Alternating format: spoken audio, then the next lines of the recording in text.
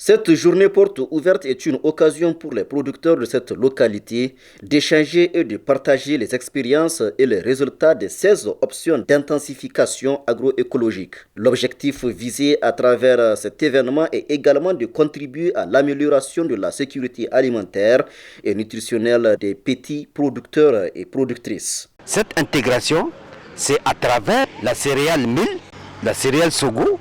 Quand on parle de production animale, c'est effectivement donc l'alimentation du bétail qui est donnée sur la base effectivement des gousses, des arbres qui sont issus de la régénération naturelle assistée, mélangés avec les résidus de culture.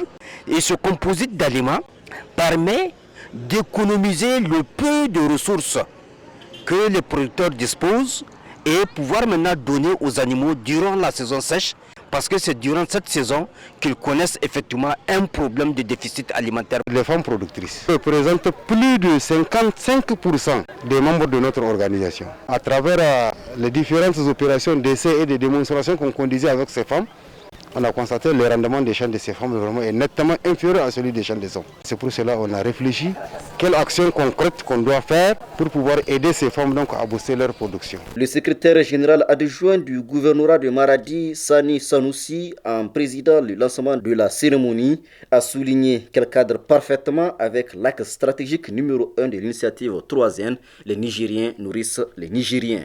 Vous vous souviendrez que le défi de l'insécurité alimentaire a conduit les autorités de la 7e République à concentrer davantage d'efforts sur les interventions susceptibles d'accélérer l'atteinte des objectifs de l'initiative 3N.